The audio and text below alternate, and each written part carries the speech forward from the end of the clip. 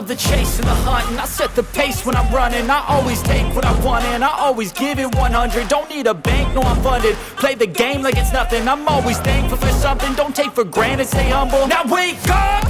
It's time to look at the enemy. Look in the mirror if he is no friend to me. It's not working out, maybe it's the chemistry. It's time to break up so I can make a better me. Better believe in your mind, cause it's everything.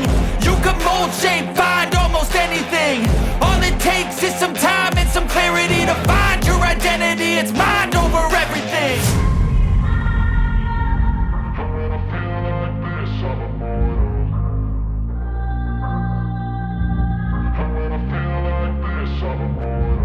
And when I feel like this, I'm immortal. When I feel like this, I'm immortal. When I feel like this, I'm immortal. When I feel like this, I'm immortal. Don't be scared. Just don't be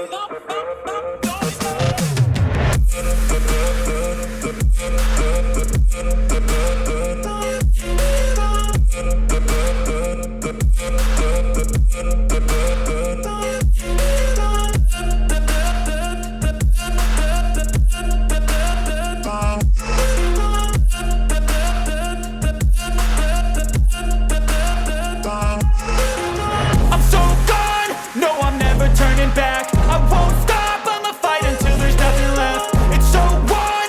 You're gonna be hurting bad, cause I've been to hell and back. You don't wanna make me mad. I stay strong, you will never see me crack. And if you get in my way, you're gonna feel the wrath. Gotta say it to my face while he's looking back. Mirror breaks after math. When I hate, I attack.